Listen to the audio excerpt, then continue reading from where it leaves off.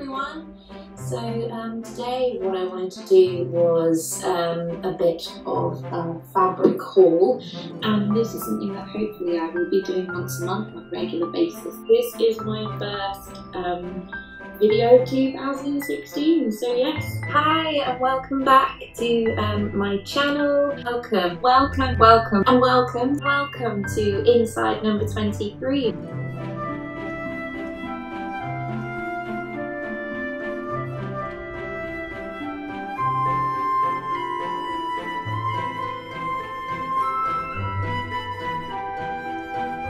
Welcome, and welcome to Inside number 23. He does like to feature on the podcast because, let's be honest, he's the real star.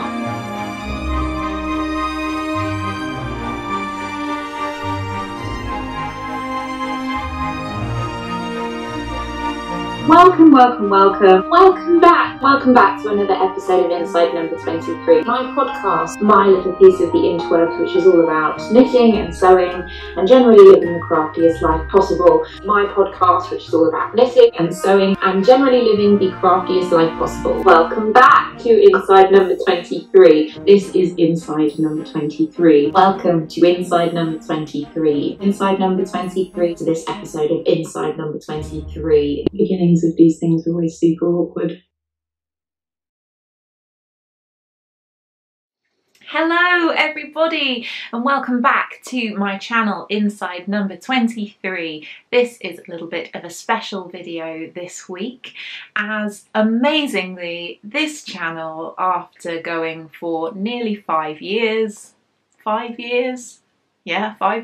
has reached the pretty incredible milestone of over 20,000 subscribers. I just can't even comprehend it. Thank you so much. It means the whole world to me. It means so much. Thank you. It's lovely that you've enjoyed sharing a little bit of my crafty goodness over the past 5 years, and hopefully you will continue to enjoy it as we go on into the future.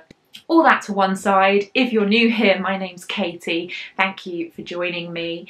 And I decided to honour and celebrate the 20,000 subscriber milestone that we've now reached, that I would do a little bit of a Q&A on this channel as a little bit of extra content before my next full episode.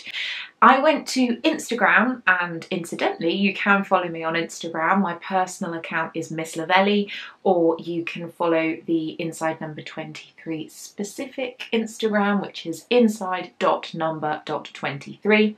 And I asked if anyone had any questions that they would like to answer, and as you were all absolutely wonderful, fabulous individuals, you did indeed give me a lot of lovely questions to answer. So I am going to jump straight in and stop waffling on about nothing, because I am feeling a little bit giddy and excited, and let's just have a little look and see what questions you had in store for me. How did you learn to sew? My mum taught me when I was very, very young. My mum always used to make costumes for me when I was doing my many performances as a child and all the school plays, and I always had the best costumes because my mum was absolutely spot on at getting everything beautiful. So I think that's where I get my real need for perfection with my projects as well. But yeah, my mum basically taught me, but I kind of went a bit rogue and just taught myself. I read books, I watched online videos when I was a bit older, and so the majority of how I sew now is pretty much self-taught. What is your favourite online fabric shop? That's a really hard one because there's quite a few that I frequent. I would say top two, I'm going to give you a top two, are Fabric Godmother. Absolutely love Fabric Godmother, it's wonderful, and Sew Me Sunshine. They both are UK based small businesses run by incredible women, and their stock is so beautifully curated. I've bought quite a lot of bits and pieces from both of them, and they will always be my go-tos when I'm looking for fabric for new projects, so check them both out. In which horror movie would you like to play which role and why? This is a bit of a funny one because I am a massive horror movie fan, if you didn't know. My husband Emrys and I actually have an audio podcast, a little bit of a plug for that. That is called Curators of Horror. If you enjoy horror films, I would very much recommend it. You know, I'm a bit biased, obviously, because it's me and my husband, but it's very, very fun. We enjoy it very much, although the language is a little bit adult. So if you're not into naughty language, you may want to steer clear. I wouldn't actually want to be in a horror movie kind of in real life. So if we're talking about would I want to be a character kind of in real life in a horror movie, I'd just be like, no. I like watching them, I enjoy them, but I wouldn't actually want to be in that situation in real life.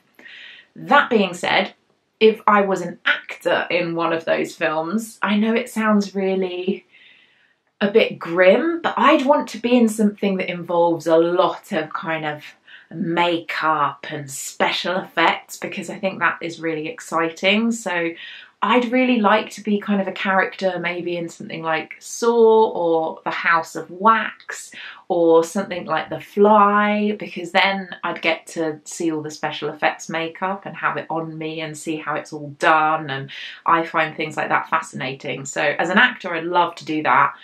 In real life, I wouldn't want to be in any horror movie anytime, anywhere, ever. So no. Do you plan on going back to work? I am already back at work, as much as I can be in the current situation. I'm not working at the moment as we're on lockdown, but yes, once I had finished my maternity leave, I started a new job part-time.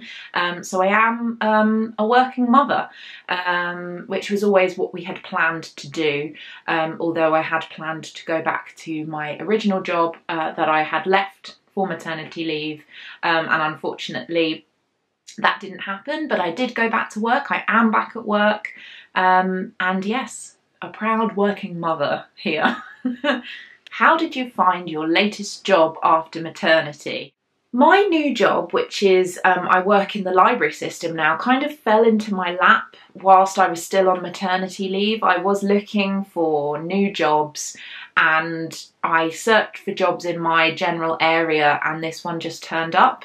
I applied for it on a whim because it had a lot of things that I had experience in and had passion for. I went to the interview and I got the job, and it all happened very, very quickly and kind of out of the blue. So I can't really give masses amount of advice because for me it did happen, you know, annoyingly so, very, very quickly and quite simply. That has not always been the case, I would like to say, with my career choices at all. It all just felt like the stars aligned, which was pretty nice, because when you're on maternity leave and looking after a newborn, any additional stress is not welcome. But the biggest thing that I would say is, if you are considering a change of career, particularly after having children, you will make it work. It may not be the kind of the dream job, because I wouldn't say that my new job is the dream and is the be all and end all, because I have to make decisions with different priorities now than I ever had before. You will make it work. In every aspect of having children, I think you become to realise that whatever happens, you will make it work because you have to. And yeah, just be open to different things. I think if I hadn't been open to the possibility of doing something completely different and out of the blue, I wouldn't be working in the role that I am currently working. Would you consider starting your own crafty company? I would definitely consider starting my own crafty company.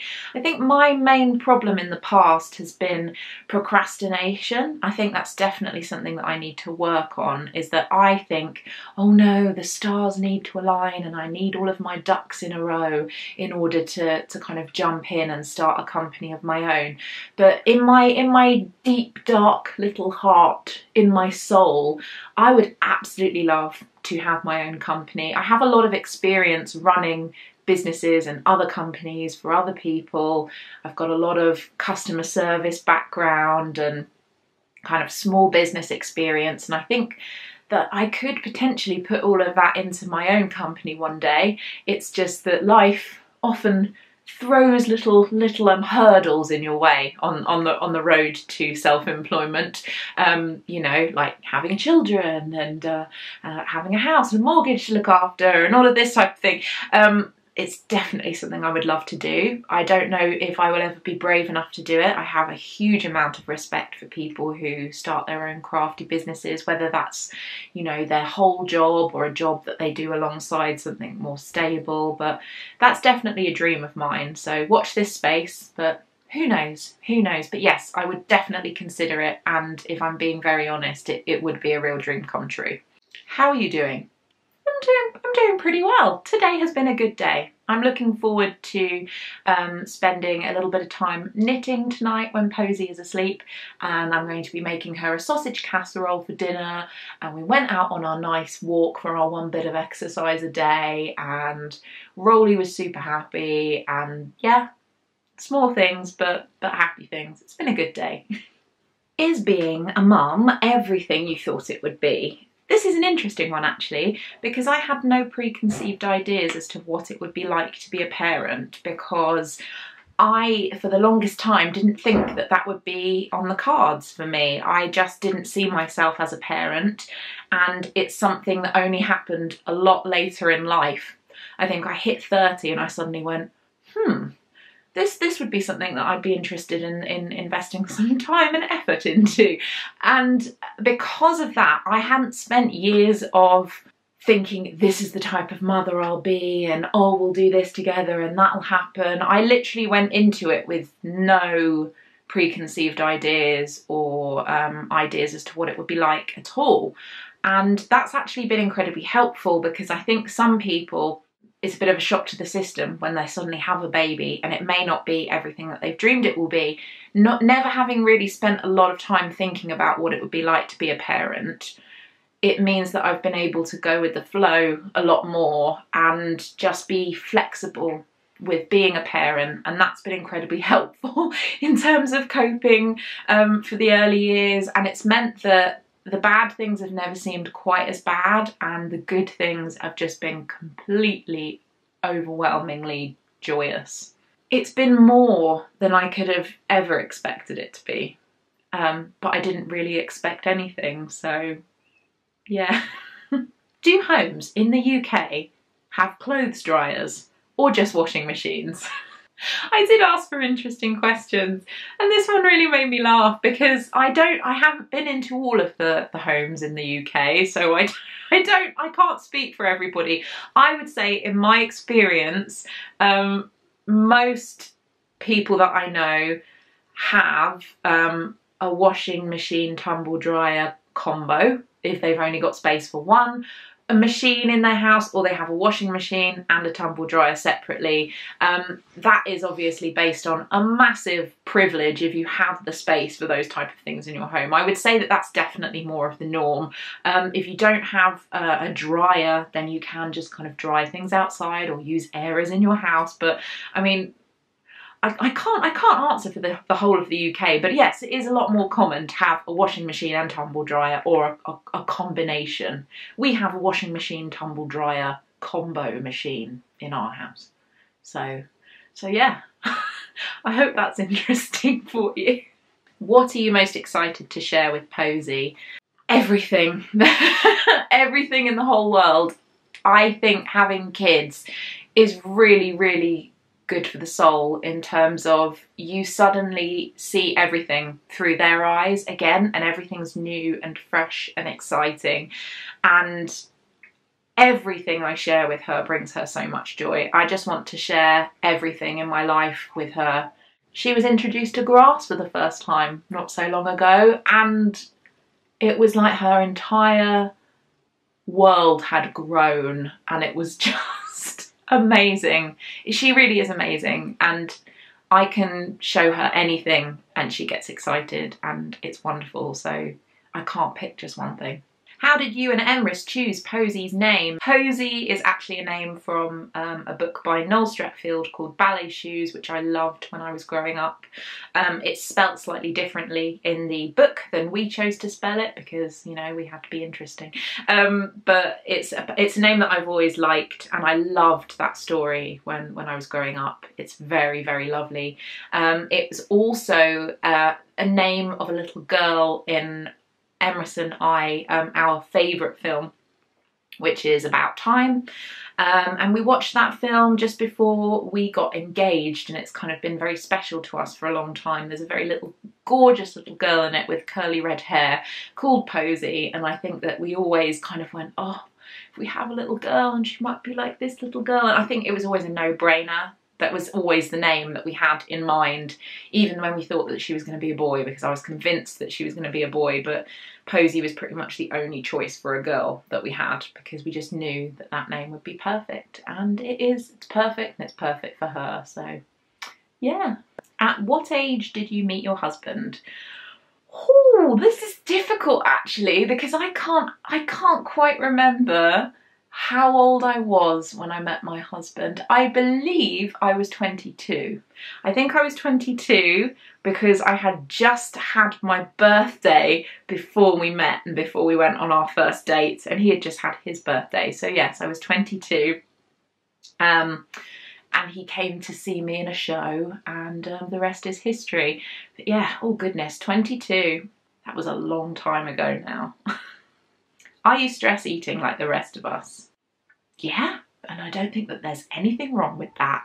Why don't you colour your hair anymore? Because it's expensive, it was time consuming.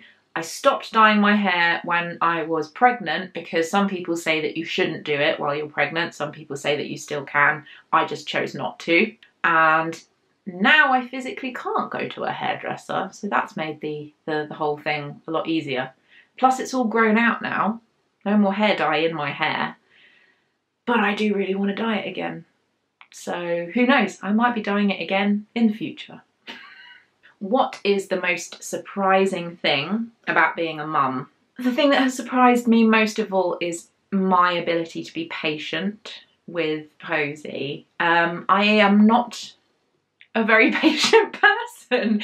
In a lot of other areas of my life, I just find things very infuriating. People kind of get to me, and I don't have enough patience in general, I would say. But when it comes to Posy, the patience that I feel with her is limitless.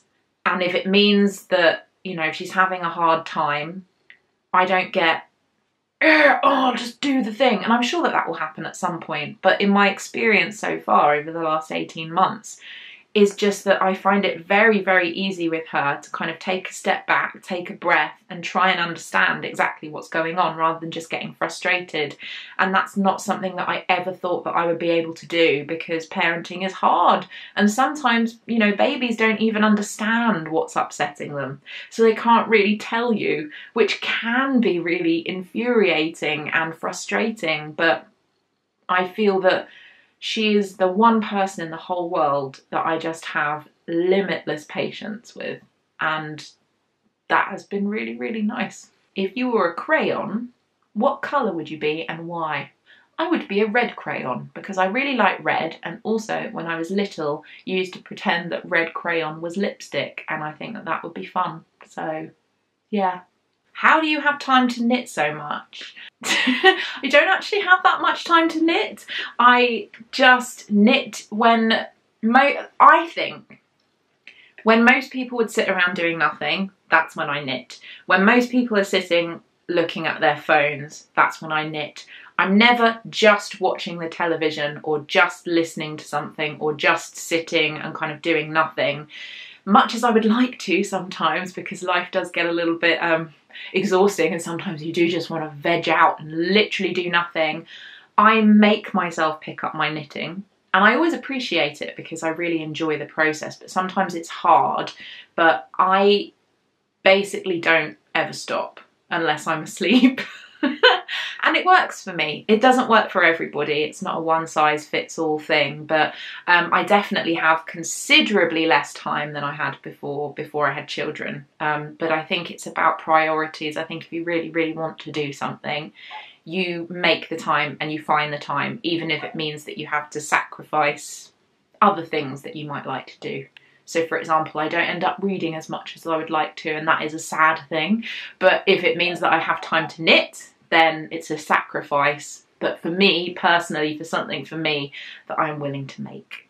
Did motherhood change the way you craft? Yes, it did. Mostly because having my gorgeous little girl has seriously changed the time that I have to craft. I have to plan my time very specifically now for when I can craft. I can't just leave things lying around and pick things up and put things down and all of that type of thing like I used to.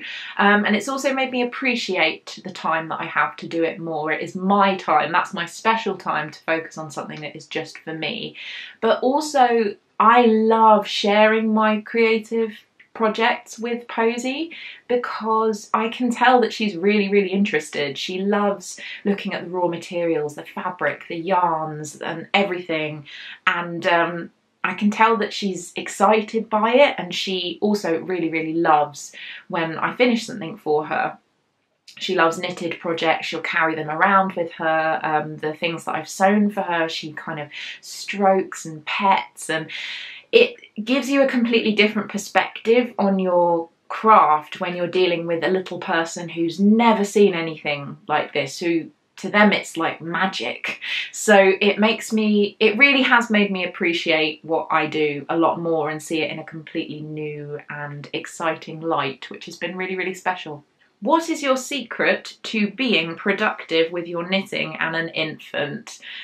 I don't know if I have a secret necessarily. I mean, this is all going to probably sound very, very obvious, and what I would like to preface this with is that no one's experience with a small child is the same. For example, Posy didn't sleep through the night until she was over a year old, and I know that some babies start sleeping through the night from as early as a couple of months old, and my goodness, that would have been wonderful. So I was very sleep deprived for a year, and that meant that I was not very productive at all during the day because I was so exhausted.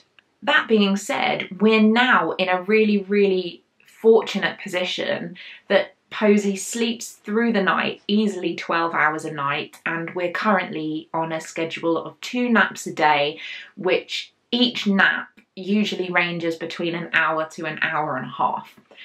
So the easiest thing in terms of how I'm productive is that I'm fortunate that I know that at certain times in the day Posy is going to be asleep and I can crack on and do what I need to do in the time that I've been given. So I would say the majority of my knitting time comes at night after I've made dinner and kind of cleaned up, and everything is good to go for the morning. I will sit with my husband and we will watch something on the television. I will just knit all night long. And that's where I get the majority of my knitting time from. In terms of sewing, it's a little bit more complicated because I can't use my overlocker when Posy's asleep because it will wake her up. And I don't like using the sewing machine masses when she's asleep as well, because it can get to the point where it's a lot of rumbling and machines going on, even though my sewing machine is relatively quiet. So my advice would be, and obviously this is dependent on you having a little bit of time somewhere during the day, is to plan everything. It means taking small little chunks of time to know what you can fit into that little space. So for example, with sewing, I will spend 20 minutes cutting out my pattern pieces, and then the next time that I get some time I will make sure that I cut out half the pieces of fabric that I need and that I sew a particular amount of seams, and also fitting in activities that I know that I can do whilst Posy is around. So for example, if she's eating her lunch and I'm in the same room with her, I might do a little bit of seam ironing for sewing, that type of thing. It's a lot of pre-planning. I don't usually have, you know, 4 hours of time where I get to sit and sew, or a whole day where I get to sit and sew like I used to before we had Posy. So it's about time management, much more than it ever was before. But if anything, I know that I can use my time more effectively than I ever have before. I would also recommend having a couple of projects in different areas of your house. So when Posy was younger, I would have a project bag in our living room, but I'd also have a project bag by my bedside. It's something that you may do anyway, but it meant that wherever I was, if I was sitting with her, if she was having a nap, or if I was in another room and she was kind of playing, a lot more when she was kind of less mobile, because now she's walking and running and grabbing and wants to be into everything. I can't really do anything when she's around unless there are other people there. But having something just ready to grab and go, even if it's just for 10 minutes, makes a massive difference. Don't put pressure on yourself, because sometimes it's too hard to think, oh, productivity and all my crafty stuff and looking after a baby. It's just too much. But if you plan the time well and you have everything ready to go and you know that it's not going to be stressful, also that if you know that it's going to bring you enjoyment, if it gets too stressful, then just don't worry about it. It will come back eventually. It will come back. That's what everyone always said to me, and it really has. So just be kind to yourself. But my biggest advice is, if you want to and it's bringing you happiness, a lot of time management and pre-planning so that you can grab and go even just in a small period of time is the best way forward. So best of luck, because I know it's really hard. How many pairs of glasses do you own?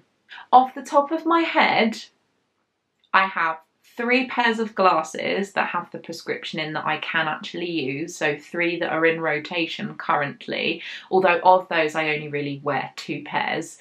And then other than that, I think I also have 3 other pairs of glasses. So I think 6 altogether. Emrys has a lot more pairs of glasses than I do, but yes, I think 6 pairs. What do you see yourself doing in the future? I don't know, to be honest. I think everything in my life has changed completely than what it was even just a few years ago. So in terms of what we want for the future, I'm not really sure. My priorities at the moment are very much on my family and my daughter and everything that's going on with her. And until that solidifies just a little bit, everything that I want for me and for our kind of bigger picture, as it were, feels like it's taken a little bit of a pause. But that is actually quite refreshing, because I've always been one of those people who's been pushing and pushing and pushing for like your career and your journey and everything. And we, you know, as a family, as a group of people, I feel that we have achieved so much and we're so lucky and we're so happy in our life together. I do think that there will be big changes, whether it be my career or one day having a bigger family. I don't know whether that will ever happen, or living somewhere different, moving from number 23, who knows. But right now I'm okay with the fact that I have no idea what the future is going to hold for us, because I'm really enjoying living in the present with my family. Those are all the questions that I have time for today. Thank you so much to everybody who sent through a question, and apologies if I didn't have time to get round to yours today. But yeah, I hope you have enjoyed this video, something a little bit different, a little bit extra for you. And I will be back really soon with another full episode. If you enjoyed the video, please do give me a thumbs up and hit subscribe. For now, I am going to spend a little bit of time with my gorgeous family, and then hopefully later I will be able to get some knitting done. But for now, it's a big bye-bye from me, but I will see you all again soon. Bye!